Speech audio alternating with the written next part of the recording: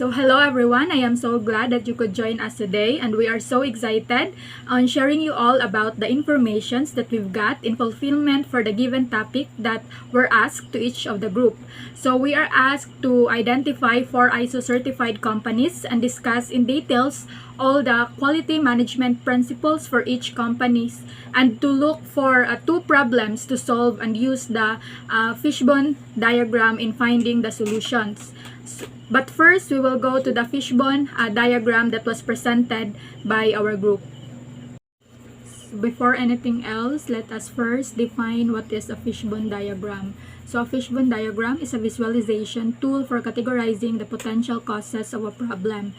This tool is used in order to identify a problem's root causes.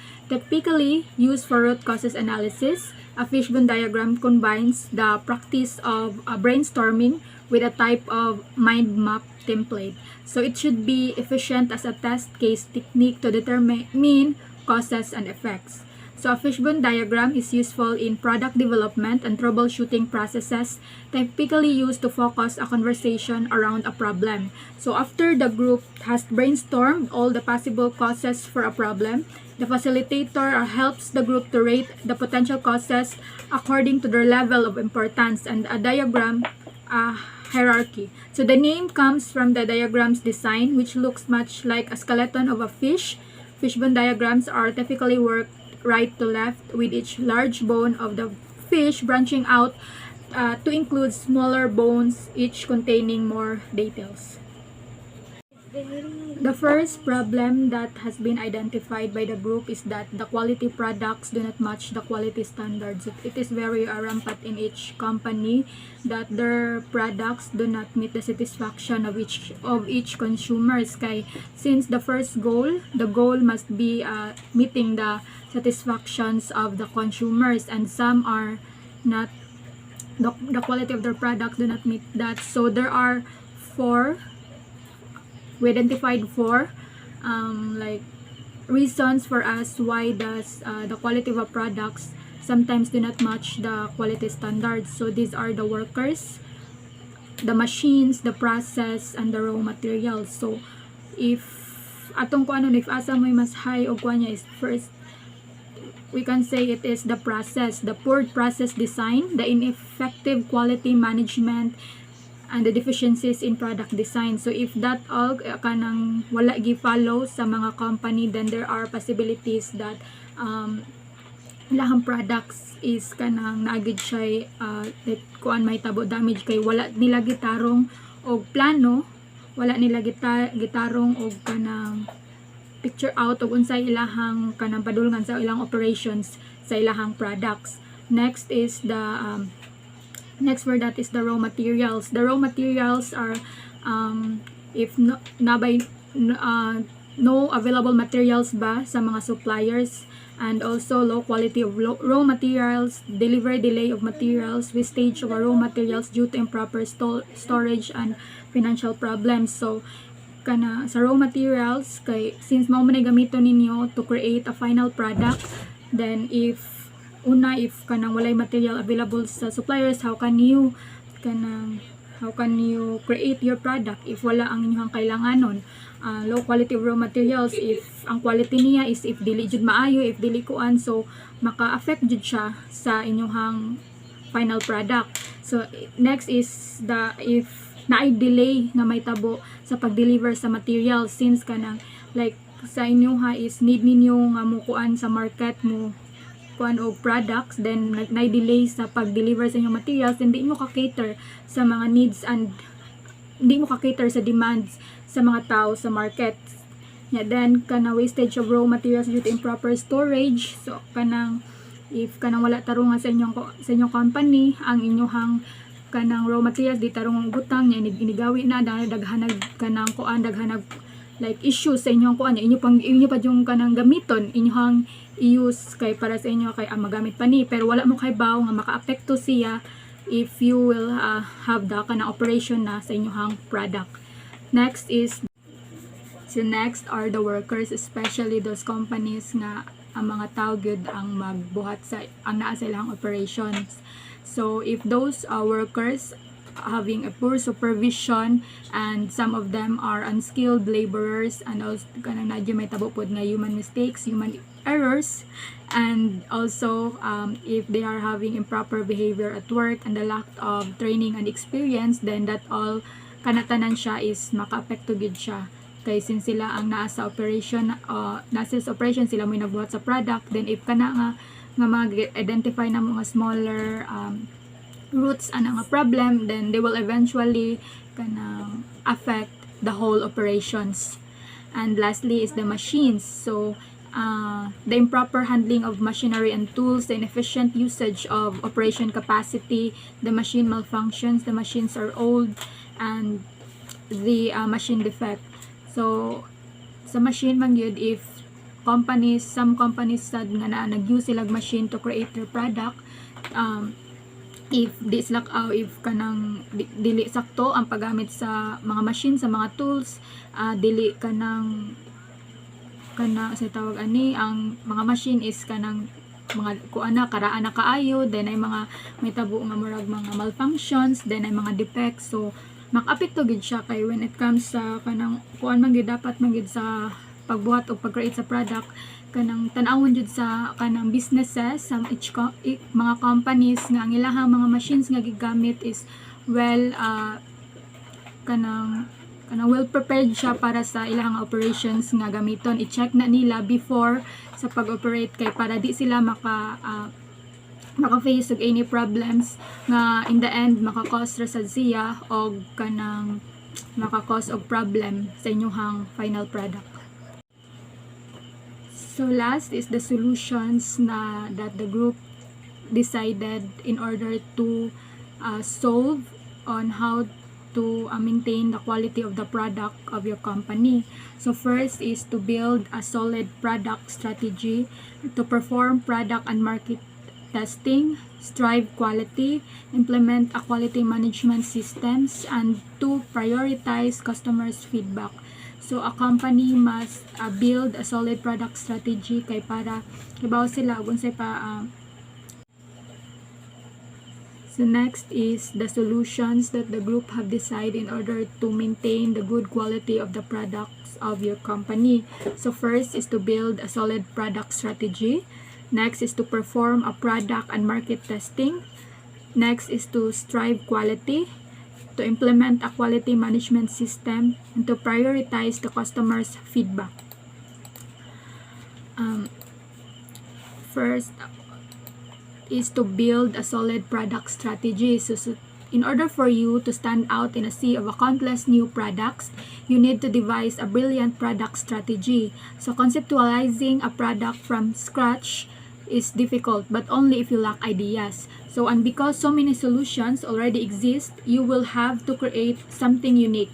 Find inspiration by taking to your users and prospects. So after learning what your prospects needs, it is important to develop a high level of product vision.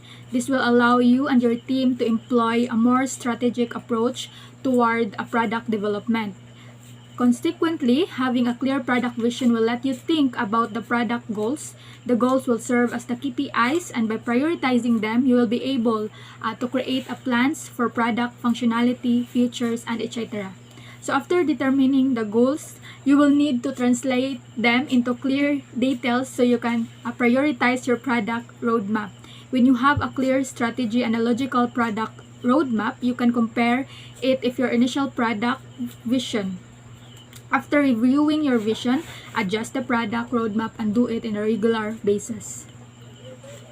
Next is to perform a product and market testing. So it is highly important to analyze and test your product prior to launch. So chances are you will need to fix errors, add features, and adjust the functionalities so that the product meets the needs and requirements of the consumers. So you will need to test the product through beta testing as well as test how consumers react to it via market testing. So when we say beta testing, it will allow you to meet the promised user's experience and ensure all the product's components, including quality, perform as initially intended.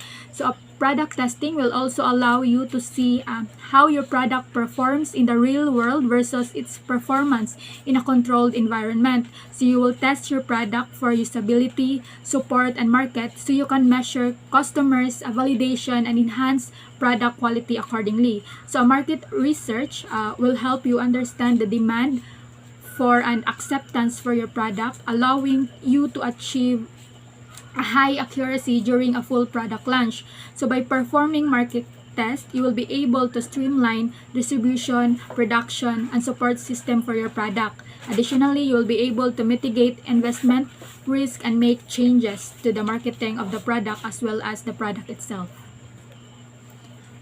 Next is to strive for quality. So we cannot deny the fact that number of manufacturers and service providers is growing by the day. So standing out in such a competitive environment can be extremely difficult. However, the majority of their products and services do not offer satisfying levels of quality to their customers. So by understanding product quality, you will be able to create more informed decisions about how to develop your product from start to the finish. Next is to implement a quality management system or the QMS.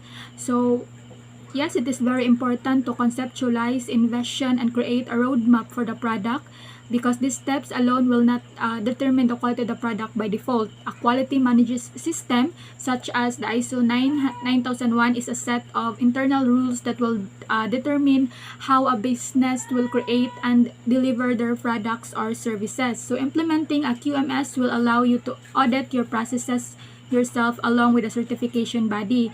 Since a quality management system is based on the 7 strict principles of quality, your customers will not have to audit your business themselves.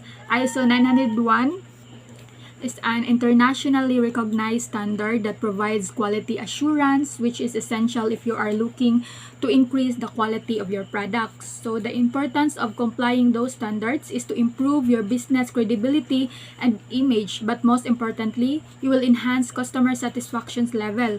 One of the ISO 901 requirements is to constantly improve customer satisfaction by meeting customers' needs. This, along with other requirements of the QMS such as better process integrations or improving evidence for decision making, will condition you and your teammates to only strive for quality. So lastly is to prioritize the customer's feedback. So why is that a customer feedback is important in a business? So a customer feedback is essential to guide and inform your decision making and influence innovations and changes to your product or designs. It is also essential for measuring customer satisfactions among your current customers. Getting a handle on how a customers view your product, support, and the company is invaluable. There is a need to make sure that you align your product offering with exactly what your customers truly want. By simply moving on to other business projects without taking this into considerations could result in an offering that is a poor market fit. The most important way of fully understanding a customer's perception of your brand is by asking them directly. And the best way to simply hear the voice of your customer is through their own feedbacks. Remember that their opinions is a valuable resource for improving customers' experience and adjusting your actions to their needs. Next, problem that have identified by the group is the low customer satisfactions, and also there are 4 reasons why this problem occurs. So this is because of a low quality product, the high price, the poor support, and the management. So why does company is kanang maka-face sila og certain problems nga dili satisfied ang customers sa ilang gi-offer nga product? So first is because of sa quality itself, the quality of the product, because it has a poor materials, bati og design, incompetent employees, and the bad package. So kini kay murag makita ni siya sa physically sa inyong product nga if makita mo low kani siya product because sa gigamit ninyo nga kuan ang design is dili kanang wala nakamit sa satisfaction sa mga customers niya. If ang packaging pag deliver ninyo is bati gud siya, then as a consumer myself, makaingon jud ko nga dili jud ko satisfied sa product nga ako ang nadawat. Next is high price. So low production efficiency, high cost of materials, and effective marketing, no advanced technology. So the reasons why kanang ang mga customers is makaingon sila is dili sila satisfied sa inyong gi-offer is because nga high price ang inyong gi-offer, ang high price ang inyong gikuan sa inyong product. Kana some customer or some businesses magud mo kuan sila og kanang high price because if mahal di ay ang ilahang high cost of materials, mahal ang ilang gipalitan nga mga materials, then low production efficiency and no advanced technology. So murag magdepende man gid na siya sa mga kanang company if pila ilang iset nga price nga makakuan pud sila nga napud sila profit at the end. Di sa nato sometimes ma-blame ang mga kuan nga mo pataas sila silang price kay they are also kanang gikuan nila nga mabawi sad ang ilahang gipagawas nga kwarta. And also the company must think sad nga kanang ang ilahang giset nga price is worth it sa product nga ilahang gi-offer sa mga customers. Kay what if high price siya but naa siya low quality siya, and so makakuan jud nga dili gid siya kuan kay mahal, so dili makaingon ta nga dili worth it ato ang kwarta nga gi-invest ana nga product. So next is the poor support. So not enough personnel, the wrong answers, long hold scale, the small scale. So poor support ni siya when it comes sa mga tao nga naa sa poor support when it comes sa ara sa sud sa inyong company nga murag tanong niyo is gamay ra ang tao, gamay ra mga personnel nga mukuan sa inyong product nya mga like if. So it is important man jud sa company nga if ang sa katong sa operations area or department nga na sila mga questions is dapat matubag pod kay para kanang kay if di mapektuhan siya sa product sa create nga product, and if mapektuhan na siya, so di jud mo makamit sa satisfactions nga inyo untang gusto para sa mga customers. So next is the management. No sense of responsibility, complicated procedures, no standard criteria, and bad leadership. So kini siya management is sa internal ni siya sa pagkuan sa product, sa pag-operate na mismo nga walay like ang mga tao nga naa sa kana operations area or no walay sense of responsibility like nya kanang ang pag-manage is ang mga procedures ni. So next is sa management. So I guess kani siya is sa internal sa company nga kanang makita ninyo nga napod siya effect sa cost satisfaction sa mga customers. Kay if no sense of responsibility ang mga matag kuan workers, then di sila makakuha og product nga makamit sa demand. And also complicated procedures if ang nag-supervise sa inyo ha is na mga instructions sa inyo ha gihatag but it's too complicated sa inyo nga part, then napod siya effect. Then no standard criteria and the bad leadership. Kining bad leadership is sa katuning nag-supervise sa inyo ha is dili wala siya kanang so bad leadership since the leader is mo i-follow sa mga sa mga workers sa dira nga area. If kanang ang iyang leadership is not effective, then as ang whole team gid is madown gid siya, wala siya di sila makakuan og like great teamwork sa ilahang area. Kay if mismo ang leader dili makakuan siyang responsibility as kinsa siya, since siya mo like kanang siya mo gisunod, siya mo like paminawon sa mga tao, then if dili siya wala siya good leadership, then makapikto sad siya sa product, and then sa product nga mo gibuhat sa inyong mga workers, then ari gyud siya mo epekto pud siya sa satisfaction sa mga customers. So last is the solutions that provided by the group in order to solve the customer satisfactions. First is to listen to feedbacks, understand customers' needs, perform product and market testing, train your teams, set realistic expectations, measure customer satisfaction regularly. So since low customer satisfaction man nga problem, so mag-focus ta sa mga customers on how are if they are kanang satisfied ba sila sa inyong gi-offer. So also a company must maminaw sad sila sa feedbacks kay karon na may mga like a company nga tagaan mo kuan nga murag maminaw sila sa inyo ba feedbacking ana nga kuan if unsa nga like they need to improve pa sa ilaha nga gi-offer nga product or sa mismo sa service sa ilaha. So a company must willing to listen ana and ilahang buhaton and kana nga like ang magather nila nga mga kanang magather nila kay ilahan nang gamiton to improve their product and services, dili kay nagkuan sila og customers feedback then baliwala na nila, so wala gyapon, di sila murag maka-apekto gid siya sa whole nga kuan silang organization. So as a company must you need also to understand ninyo nga unsay mga kailangan sa mga tao, and if unsay lang kailangan mo inyong ihatag sa ilaha kay para ma-satisfied sila sa inyong gi-offer. Kay sa business man jud kay kailangan nimo like prioritize ang imong customers, kay you should kanang think na ikaw as a consumers pug ka unsay imong gustong like makuha, like if mo palit ka, if kana ba is worth it sa imong gibayaran. So ikaw is customers itself, ganahan baka nga inanirang ihatag sa imong, so dili jud ka ma-satisfied if dili maabot sa level sa satisfactions ang gi-offer sa company.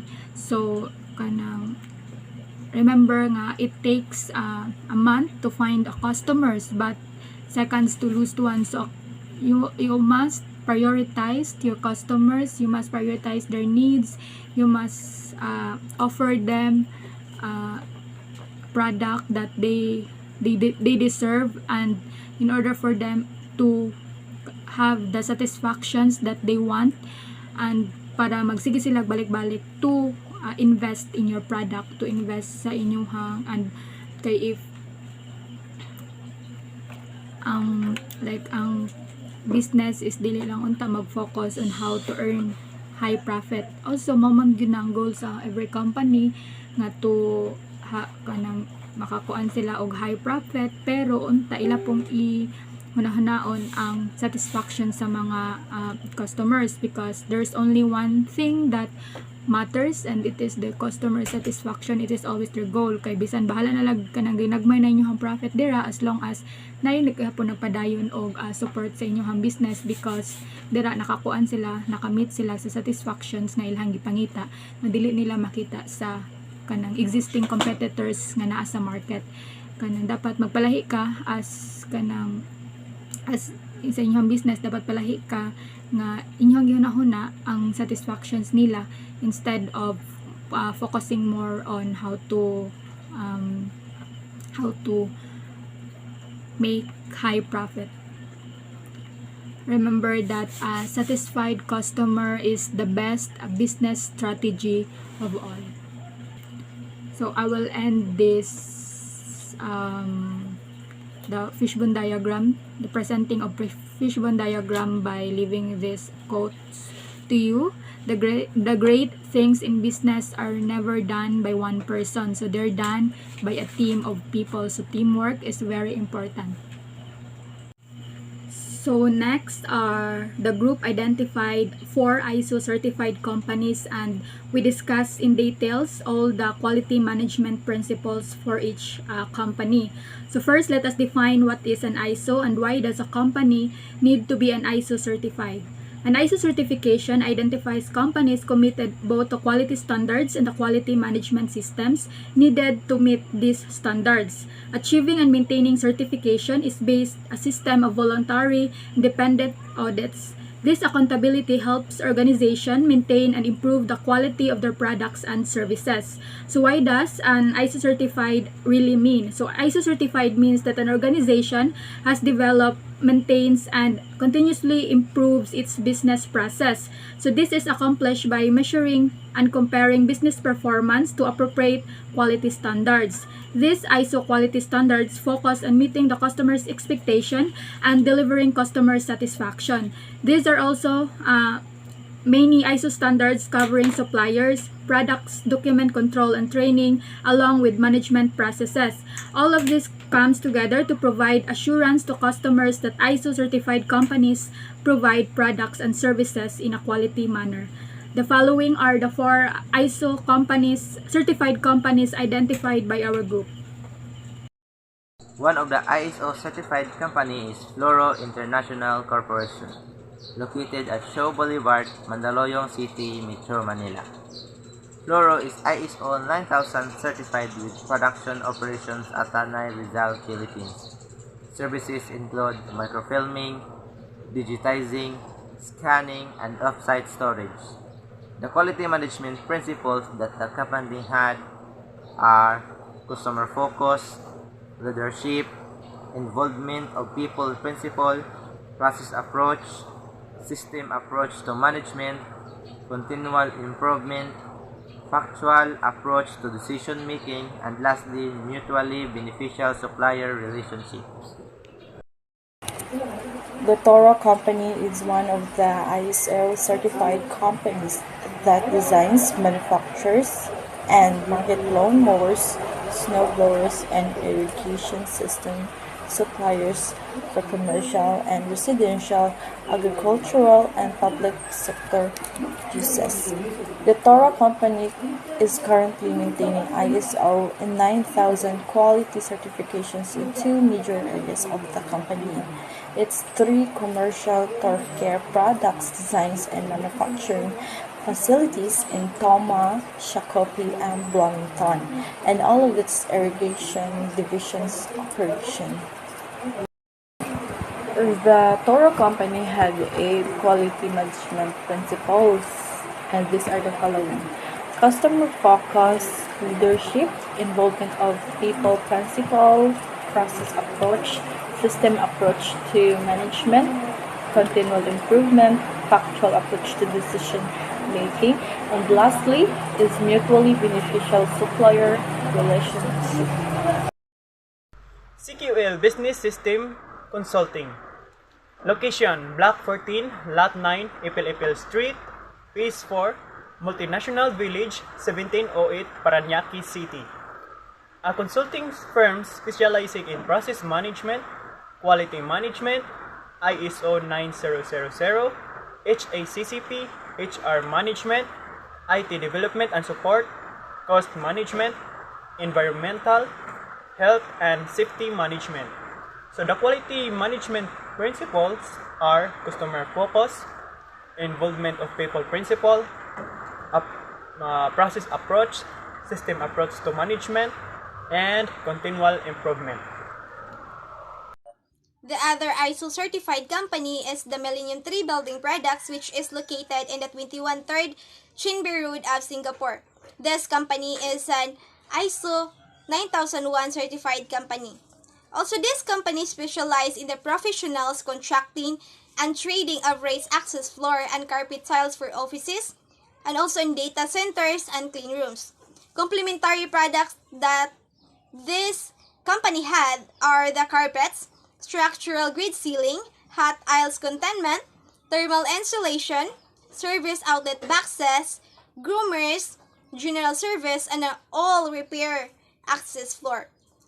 And this company had received a lot of award because of the qualifications they have. They received a certificate of ISO 9001 of 2015. Also, they received an ISO 45000 of 2018. They received also the BSC's registered contractor, the PSB tested and listed. Also, they received the B Safe Star. They received the BC Partner, and also they received Green Label certification. Then, this company had the quality management principle, which made them an ISO certified companies. First, they have the engagement of people. Second, they have the customer focus. Third, they have the leadership. Fourth, they have the process approach of improvement. And last, they have the relationship management. These some principles that this company had are basis of the ISO 9000 suite of a quality standard. So that's it for our answers to the questions given. So in behalf of our group, I would just want to say thank you for listening and have a good day. So I want to leave these quotes to you as a future businessman and businesswoman. So in business world, everyone is paid in two coins. So cash and experience. So take the experience first and the cash will come after. Thank you.